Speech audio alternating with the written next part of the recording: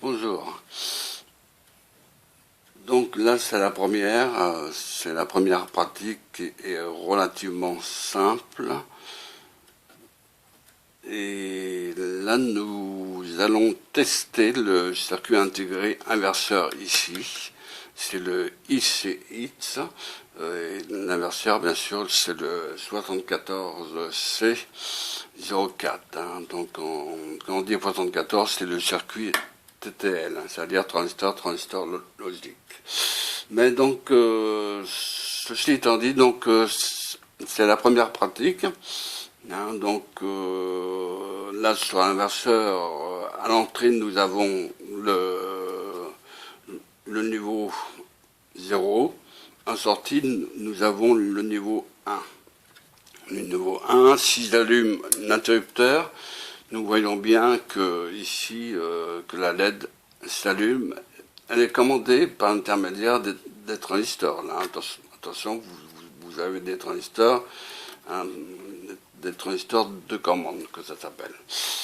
Des transistors de commande qui permettent de piloter les LED, c'est-à-dire que vous arrivez ici à la base du transistor, parce qu'il faut savoir que approximativement que le circuit inverseur délivre 0,5 mA.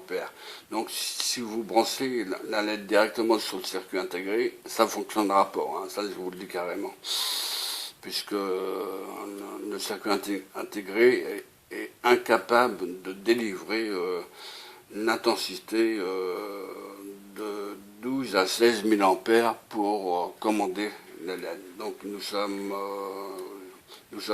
obligés de passer par les transistors de commande. Les transistors commande, comme le nom l'indique, permettent de commander les LED, c'est-à-dire qu'on arrive à 0,5 V à la base, et sur le collecteur, nous avons entre 10 à 16 000 A, et ce qui permet donc l'allumage de la LED, voilà, donc, et du transistor qui permet donc, lui travaille soit en saturation, soit donc en mode blocage. Voilà, donc ce qui permet de commander d'ailleurs la LED. Voilà. Sinon, donc la première pratique, bon bah c'est relativement simple, il n'y a pas tellement de commentaires. Là, je vais éteindre donc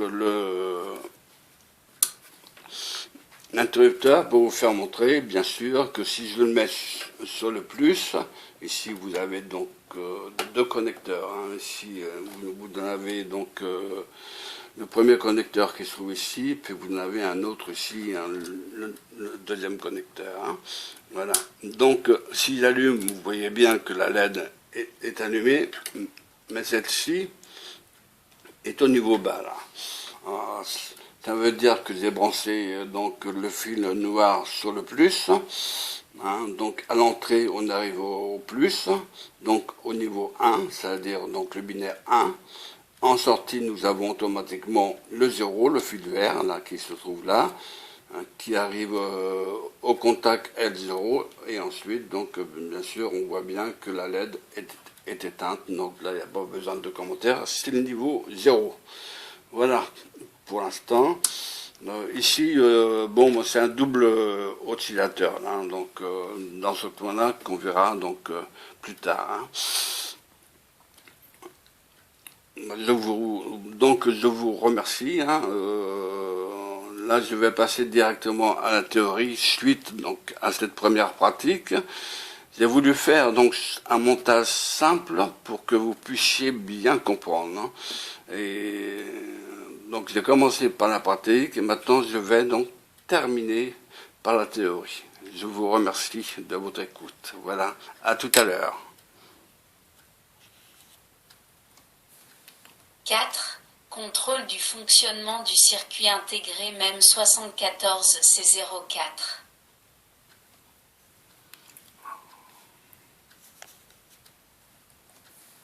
4. Contrôle du fonctionnement du circuit intégré MEM74C04.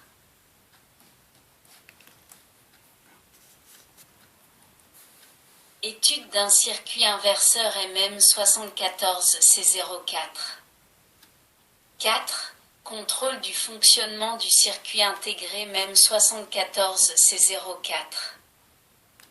Comme première expérience, vérifiez le fonctionnement d'un circuit intégré à 6 inverseurs en relevant les niveaux de tension haut ou état haut et bas ou état bas présents à l'entrée et à la sortie d'un inverseur au moyen de l'indicateur à LED. Voyons tout d'abord quelles sont les caractéristiques de ce circuit intégré. 4.1 Description du circuit intégré MEM 74C04. Avec la première série de matériel que vous avez acheté ou que vous êtes en possession d'un circuit intégré marqué MM74C04 ou type équivalent, illustré par la figure 13A. Dans le schéma de la figure 13B, on peut voir que la broche 1 correspond à l'entrée du premier inverseur, tandis que sa sortie aboutit à la broche 2.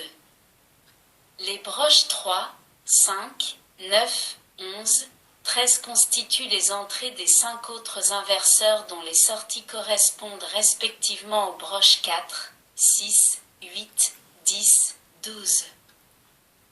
Les 6 inverseurs sont indépendants entre eux bien qu'ils soient contenus dans un boîtier unique par mesure d'économie et dans un but de miniaturisation. Par contre, leur alimentation est commune. On doit appliquer une tension positive comprise entre plus 3 et plus 15 volts sur la broche 14 marquée VCC pour tension collecteur ou parfois avec le symbole VD ou encore VDD pour tension drain. On doit, par contre, relier à la masse la broche 7 marquée GND pour ground ou terre en français ou parfois VSS pour tension source. Cette fourchette de tension d'alimentation comprise entre plus 3 volts et plus 15 volts est caractéristique des circuits intégrés que vous utiliserez pour les expériences et en général d'une grande partie des circuits intégrés de la famille CMOS. D'autres circuits intégrés appartenant à la famille TTL nécessitent, par contre, une tension d'alimentation de plus 5 volts avec une tolérance de plus ou moins 5%.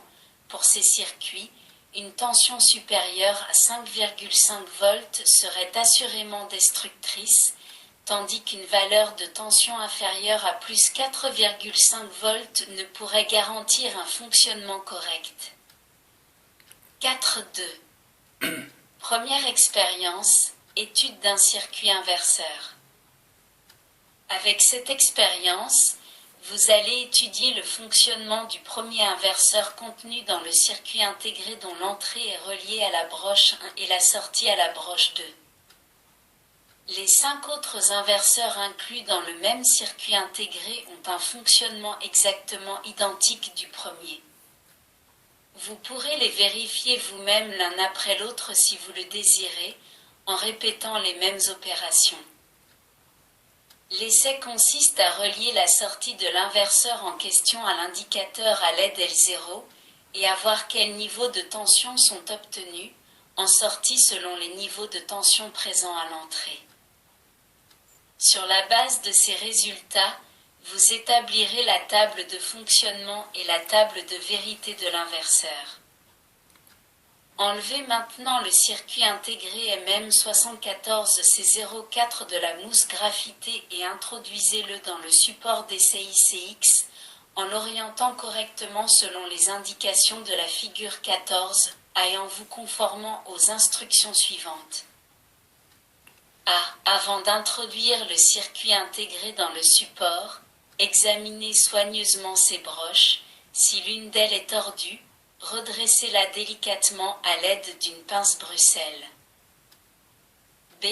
Présentez le circuit intégré sur le support et vérifiez que les broches correspondent aux trous du support. Si ce n'est pas le cas, c'est-à-dire que les broches du circuit intégré sont légèrement décalées, comme illustré figure 14b, vous devez les redresser.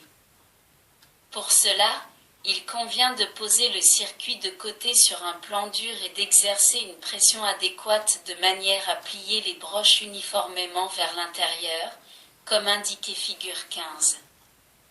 La même opération doit être effectuée de l'autre côté du circuit intégré, de manière que les deux rangées de broches soient pliées symétriquement par rapport au boîtier. C. Les broches du circuit intégré se présentant bien en face des trous du support, figure 14. C. Appuyez délicatement mais fermement sur le circuit intégré pour l'enficher dans le support. D. En respectant les indications fournies précédemment, préparez 2 morceaux de fil étamé isolés d'environ 10 cm chacun afin d'établir les liaisons entre connecteurs. E. À l'aide de l'un de ces fils, reliez la sortie de l'inverseur, c'est-à-dire la broche 2 à l'entrée de l'indicateur à l'aide repérée par le symbole L0 du groupe de connecteurs. F. Avec l'autre fil, reliez l'entrée de l'inverseur, c'est-à-dire la broche en contact - du groupe de connecteurs. Les liaisons effectuées sont représentées sur la figure 16A et avec elles vous avez réalisé le circuit schématisé par la figure 16B. Comme vous pouvez le remarquer, les liaisons relatives à la tension d'alimentation ne sont pas représentées dans ce circuit, sa valeur n'y est pas indiquée non plus. Ceci est une convention généralement adoptée dans la représentation des schémas des circuits logiques. Il reste cependant bien entendu que la tension d'alimentation doit, dans chaque cas, être présente et avoir une valeur appropriée au circuit alimenté.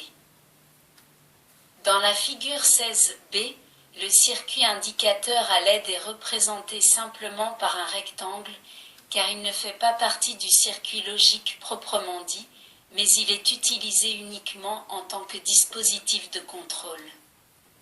Ce rectangle représente donc le circuit indicateur à LED, L0 avec le transistor de commande correspondant, dont le schéma complet a déjà été donné figure 12. Vous pouvez voir à l'intérieur du symbole graphique de l'inverseur, l'indication un sixième qui signifie que le schéma représente l'un des 6 inverseurs inclus dans un même circuit intégré. Cependant, cette fraction est souvent omise par souci de simplification. Le numéro de la broche est reporté à l'entrée et à la sortie de l'inverseur. Cette indication se trouve toujours sur les schémas des circuits logiques. Elle est d'une grande utilité pour leur compréhension en vue de leur réalisation pratique. G. Après avoir vérifié l'exactitude des liaisons réalisées, alimenter le circuit, c'est-à-dire relier les pinces crocodile rouge et noire à la pile en respectant, bien entendu, les polarités comme vous savez le faire maintenant. Vous constatez que la LED L0 s'allume. H. Débranchez la pile. Enlevez le fil du contact - et introduisez-le dans le contact +, comme représenté sur la figure 17A. Vous réalisez ainsi le circuit de la figure 17B, alimentez de nouveau le circuit. Vous constatez que la LED L0 s'éteint. La figure 18 résume sous la forme d'un tableau le résultat obtenu. La première colonne, entrée, contient les niveaux de tension bas, 0V, et haut, 4,5V, appliqués à l'entrée de l'inverseur. Dans la deuxième colonne, sortie, figurent les états correspondants de l'indicateur à LED L0 relié à la sortie du même inverseur. Rappelez-vous que l'état de l'indicateur à LED signifie LED allumé égale niveau de tension haut. LED éteinte égale niveau de tension bas. Considérez qu'un niveau de tension est représenté conventionnellement par la lettre H, initiale du mot anglais high, c'est-à-dire haut, et un niveau bas de tension par la lettre L, initiale du mot anglais low signifiant bas. On peut transformer le tableau de la figure 18 en celui de la figure 18B appelé table des fonctionnements de l'inverseur. En définitif, On peut conclure sur la base de ce tableau que le niveau de sortie d'un inverseur est toujours l'inverse de celui de l'entrée, ou encore qu'un niveau bas d'entrée correspond à un niveau haut de sortie et vice-versa. La première expérience terminée, débrancher l'alimentation du circuit. 4.3.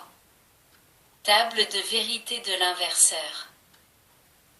Vous verrez dans la théorie numéro 3 que les circuits fonctionnant avec des signaux à deux niveaux, haut, tension positive, et bas, tension nulle, comme ceux dont nous disposons, peuvent assurer deux fonctions logiques distinctes selon que l'on opère en logique positive ou négative. Selon la convention logique positive qui est la plus utilisée, au niveau basal est associé l'état logique 0 et au niveau H l'état logique 1.